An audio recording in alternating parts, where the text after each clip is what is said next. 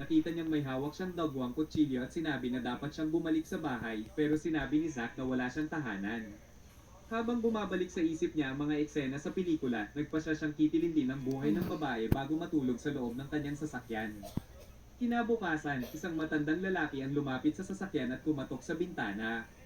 Handa na si Zack na patayin ito, pero tinanong siya ng matanda kung siya ba'y nagkakampang kasama ang kanyang mga magulang. Sabi ng matanda, bulag siya kaya hindi niya alam. Nang marinig ang gutom ni Zack, na-realize ng matanda at dinala siya sa bahay, inimbitahan kumain at sinabi pwede siyang manatili hanggat hindi natatagpuan ang kanyang pamilya. Nang tanungin kung bakit siya tinutulungan, sinabi ng matanda na mag-isa siya at matagal nang walang nakakausap. Ngunit pagdating ng gabi, isang malakas na pagnanasa ang pumihil kay Zack na makatulog. Na-realize niya na ang kutsilyo ang tanging paraan para maibsan ang kanyang kagustuhan. Lumapit siya sa kama ng matanda pero naisip niyang hindi ito magbibigay sa kanya ng kasiyahan. Sa halip, naglakad siya sa madidilim na eskinita ng lungsod. Ilang sandali lang, may isang hindi kilalang lalaki na nabangga siya. Hinugot ni Zack ang kutsilyo at pinatay ang lalaki kagad. Pero hindi natapos ang pagnanasa. Nang ibaba niya ang kutsilyo, naramdaman niyang wala na itong halaga, parang ang kanyang buhay. Pagbalik sa bahay, naamoy ng matanda ang dugo at nagtataka kung saan naglaho si Zack. Sinabi ni Zack na pumatay siya para maibsan ang kanyang kagustuhan. Tinanong siya ng matanda kung ano ang balak niya ngayon at pinatulog siya ng maayos. Kinabukasan, wala nang nakita si Zack sa bahay. May sulat sa mesa na nagsasabing pupunta ang matanda sa tindahan para kumuha ng gatas. Pero hindi niya maintindihan dahil hindi siya marunong magbasa. Lumipas ang oras at unti-unti nang nawawala ang katinoan ni Zack, pakiramdam niya iniwan siya muli. Sinira niya ang buong bahay hanggang matagpuan niya ang isang kutsilyo sa gitna ng mga guho. Sa paglalakad niya sa loob ng pagubatan, nakarating si Zack sa isang lugar kung saan may mga taong nakapalibot sa isang police car at doon niya nakita ang bangkay ng matandang lalaking kumupkup sa kanya na tatakpan ng tela. Kasabay nito, may isang kasuklam-suklam na magkasintahan na tuwang-tuwa dahil napatay nila ang pulubing lolo kapalit lang ng ilang barya.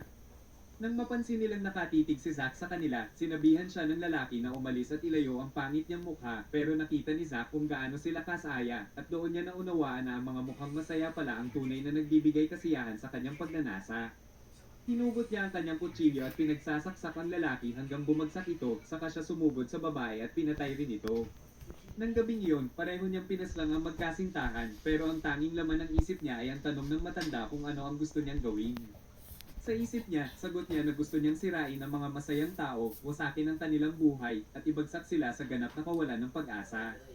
Alam niyang isa siyang halimaw, pero sana ay hindi namatay ang matanda, ang nag-iisang taong nagmalasakit sa kanya sa buong buhay niya. Ngunit hindi lang si Zack ang biktima ng malulupit na magulang dahil sa mga sumunod na taon, isang batang babae na nagngangalang Rachel ang palaging umuuwi sa isang lasenggong ama na sinisigawan siya dahil sa umano'y sakit sa pag-iisip at binubugbog ang kanyang ina sa harap niya. Sa kabila nito, hysterical na tumatawa si Rachel sa lahat ng nangyayari at kahit ilang beses siyang makiusap na pakinggan siya, hindi siya pinapansin ng dalawa. Isang gabi, nangakong pasisigawin ng kanyang ina ang kanyang ama at nang subukan muli ni Rachel na kausapin ito, sinampal siya at sinabihan siya ang dahilan kung bakit nakakulong sila sa impyernong buhay na iyon. Kahit ganoon, sinubukan pa rin ni Rachel na magsalita pero sinigawan lang siya ng kanyang ina at pinabalik sa kwarto. Makalipas ang ilang buwan, ikinwento ni Rachel sa loob ng isang mental hospital na gusto lang naman niyang alagaan ang isang may sakit na tuta, pero matapos mawala ng malay ang aso, ang huling naalala niya ay nasa kwarto na siya, inaayos ang katawan nito. Matapos niyang ayusin ang kawawang tuta, muli na namang sinigawan ng kanyang ama ang kanyang ina at nang bumaba si Rachel, narinig niya ang hiyaw ng kanyang ina na humihingi ng tulong. Pagbukas niya ng pinto, nakita niya ang walang buhay na katawan ng kanyang ina at nang mapansing nakita niya ang lahat, sinabi ng kanyang ama na siya na ang susunod. Sinubukan ni Rachel na tumakas pero hinabol siya ng kanyang ama hanggang makapasok siya sa kanyang kwarto at maisara ang pinto. Sinabi niya sa tuta na huwag matakot.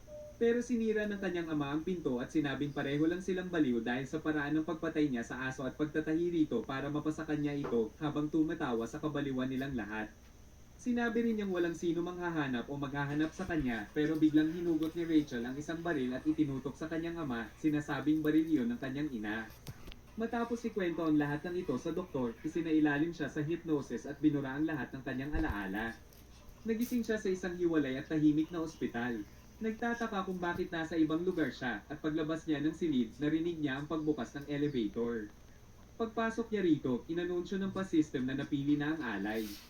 Sa huli, nakarating siya sa isang palapag na tinatawag na play area at habang naghahanap ng labasan, narinig niya ang tunog ng nababasag na salamin kaya siya'y tumakbo na pagtantong may sumusunod sa kanya. Habang patuloy siyang tumatakbo, nakita niya ang mga bahid ng dugo sa sahig at isang sugatang ibon at ang sabihin niyang gagamutin niya ito. Isang pagsabog mula sa pader ang biglang pumatay sa ibon. Lumabas si Zack na tumatawa, masayang masaya dahil ang mukhang puno ng pag-asa ni Rachel ay napalitan ng ganap na kawalan ng pag-asa. Sinabi niya na bibigyan niya ito ng 3 segundo para tumakbo habang sumisigaw para sa kanyang buhay at sinimulan niyang magbilang. Sinubukan ni Rachel na tumakas pero hinabol agad siya ni Zack hanggang makarating siya sa isang abandonadong storage room. Habang nagmamadali siyang maghanap ng pagtataguan, nahabol na siya ni Zack at pagpasok nito sa silid, nagtataka siya kung saan nagtatago si Rachel kaya sinimulan niyang saksakin ang mga kahon gamit ang kanyang kutsilyo, halos tamaan ang katawan niya. Nang mapagtanto ni Zack na wala siya roon, lumabas ito ng silid. Alam ni Rachel na kailangan na niyang makatakas bago siya muling matagpuan. Pero nang makita niya muli ang ibon, tuluyang nawala ang buhay sa mga mata nito. Nangako siya na aayusin niya ang ibon at gagawin niya itong kanya magpakailanman. Matapos tahiin ang ibon, tumakbo siya pabalik sa elevator pero nahabol siya ni Zack at sinabi nitong hindi na niya siya bibigyan ng oras para makatakas. Nang sumugod ito para saksakin siya, yumuko si Rachel at muling tumakbo palayo habang hysterical na tumatawa si Zack at patuloy siyang hinahabol. Kahit bumukas na ang elevator, patuloy pa rin itong nilalapitan si Rachel hanggang sa bahagya niyang maisara ang pinto bago siya tuluyang mapunit. Humandar ang elevator paitaas at pagdating niya sa ikalawang palapag, napagtanto niyang bumalik siya sa ospital. Sa madilim na hallway, narinig niya ang yabag ng isang lalaking tumatakbo papalapit kaya sinubukan niyang tumakas pero naabutan siya nito at nagpakilalang si Danny, ang doktor na nagko-counsel sa kanya. Habang tinitingnan niya ang mukha nito, nagduda siya kung ito pa rin ba ang parehong tao. At napansin ni Zack ang paraan ng pagtahi niya sa patay na ibon. Kasabay nito, sinabi ng doktor kay Rachel na matagal na niya siyang hinihintay at dinala siya sa isang madilim na silid kung saan sinabi niyang gusto niya ang perpektong mga mata nito. Hinawakan niya ang kamay ni Rachel at kinaladkad siya papunta sa operating room, sinasabing gusto niyang silipin ang kanyang mga mata dahil kasing ganda raw ng patay ng mga mata ng kanyang ina. Naalala niya ang araw na nagpakamatay ang kanyang ina at sinabi niyang gagawin niya ang lahat para sa mga mata nito pero kailangan muna niyang ipahanap kay Rachel ang isang bagay sa likurang silid. Pagpasok niya roon, nakita niya ang daan-daang garapon na puno ng mga eyeball at nang lumitaw si Danny sa likuran niya. Sinabi nitong hinahanap niya ang mga mata sa likod niya. Matapos ibigay iyon ni Rachel, binalaan siya nitong huwag tatakbo dahil pagsisisihan niya. Pag-alis niya sa silid, naisip ni Rachel na kailangan niyang makahanap ng paraan para makatakas at nang makita niya ang isang crowbar sa sahig, sinubukan niyang buksan ang pinto. Pero pagbungad nito, naroon si Danny sa likuran niya. Sinabi nitong ito ang kanyang palapag at hinding-hindi niya hahayaang makatakas ang magaganda niyang mga mata. Nangakong kukunin niya ang mga mata nito para sa sarili niya at habang hinihila siya pabalik sa mesa, sinabi niyang pupunitin niya ang mga mata nito. Nagmakaawa si Rachel na tumigil siya bago tuluyang sumuko at sabihin gusto na lang niyang bumalik sa kanyang mga magulang. Nangako si Danny na makikita niya ang kanyang mga magulang sa lalong madaling panahon dahil naghihintay raw sila sa kanya sa impyerno. Sa sandaling iyon, bumalik sa isip ni Rachel ang mga alaala ng kanyang patay na pamilya. Pero nang subukan siyang kausapin ng doktor, hindi na siya tumugon. Nang makita ang walang pag-asang ekspresyon sa kanyang mukha, sinabi ni Danny na sa wakas ay mapapasakan niya na ang kanyang mga mata. Pero sa sandaling iyon, isang kutsilyo ang bumaon ng malalim sa katawan ng doktor at si Zack ang pumatay kay Danny, masayang masaya